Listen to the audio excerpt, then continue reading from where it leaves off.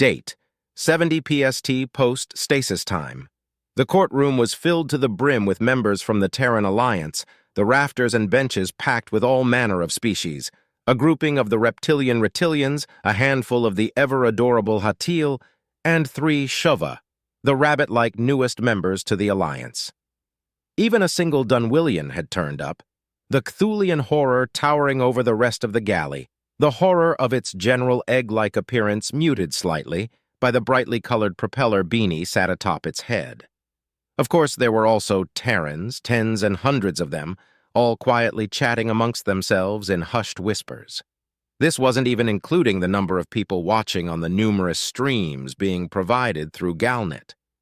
The case had taken the members of the Terran Alliance by storm, new precedent being made, and heated discussion raging through break rooms and dinner tables across the galaxy. It all came down to one question: does actuality of a crime matter more than intent?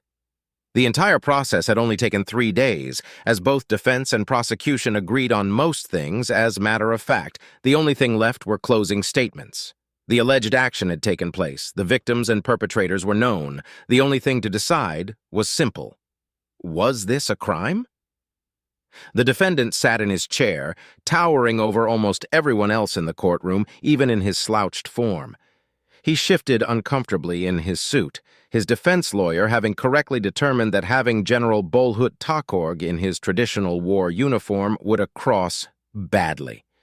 So instead he itched and was uncomfortable in the constricting outfit. The Corps were bipedal, white-furred canines, standing on average 9 feet tall.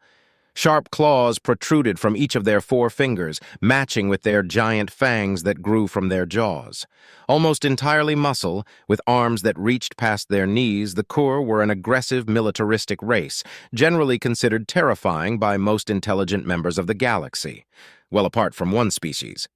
To absolutely zero people's surprise, Terrans found the angry good boys to be adorable, which had worked in the Corps' favor after their pacification. The Corps had been just one in a long line of militaristic races who had quickly realized that allying with the insane primates of Earth was a far better long-term proposition than going against them. But before that realization had been made, the incident had happened. Esteemed members of the jury, the facts of this case are simple. The Terran prosecutor stood as he finished his closing statement, looking around and gesturing broadly as he did so. The defendant was in charge of the vessel that had captured 2 Terrans, a Sergeant Katrin Hawkins and a Lelti Eilund Semyon. We have shown that General Takorg was ultimately the one in charge of their treatment and safety, as defined under the Geneva Agreements of Conflict and Warfare. We have seen the messages from the Chief Command demanding results and information from the Terran prisoners. We have heard the testimony of others in his chain of command of the defendant ordering the spiking the prisoners' food with 2 known poisons, both marked by the Corps for the intense pain able to be caused using them. The prosecutor paused a moment to point towards the defense, causing the defendant to instinctively press their ears against their head in a worried motion. The defense wishes to claim no harm, no foul. The poisons had no effect on the Terrans, so there is no issue. There is a central concept that this legal system is built upon, mens rea. Most of you won't have the right translator databases to know the real meaning of that phrase, so let me provide it for you. A guilty mind. Being incompetent at committing a crime doesn't absolve you of the crime. The fact that the poisons used are ineffective against Terran biology has no bearing on the nature of this crime. Remember that if it had been any of the many Terran Alliance species susceptible to these poisons, we'd be having a far more depressing and serious discussion right now. The jury should remember that this case is about protecting those who might be harmed by such actions, to reiterate that the intent to do harm is more important than the competency to do so. That the simple act of getting lucky doesn't absolve you of your crimes, because tomorrow might not end in the same outcome. Tomorrow it might be a Hatil or an uplift instead of a Terran. General Takorg couldn't help but give a small, involuntary whine as the prosecution finished their statement and returned to their seat. His Terran defense lawyer gave a small, reassuring smile as she stood up. "Don't worry, I got this." During the Corps-Terran Alliance conflict, also referred to as Dryergate by the media, One of the skirmishes ended with 2 Terrans being captured, a St. Catherine Hawkins and LTC Eilund Semyon. As head of Terran, Xeno Relations, I would like to kindly say. Fuck you. Fuck you. Fuck whoever started Dryergate, and fuck the media for giving it such a shitty name. The Kerr situation was under control. Standard honor warrior race stuff going on. They raided a military outpost, took prisoners. Next step, we would send in a special ops group to wreck some of their shit. Standard military flirting. Ends with both sides agreeing that humanity alone could wreck their shit if we wanted to. Everyone walks away happy. 5 years. They probably end up joining the Terran Alliance after finding out how insane our military members are, or in one case, discover paintball. Then some fucker spreads the rumor that hairdryers can destroy planets. If that was true, do you know how many fucking war crimes Terrans would be committing on a daily basis? Every single electronic cargo ship would be a major war crime. Right after I sent their representative the Geneva Convention of 2264. Whoever started the rumor might as well have told them, hey, this is a list of shit we're willing to do. If you don't stop us, we're going to planet crack everything because we're psychopaths. It almost turned a minor spat into a full-out war.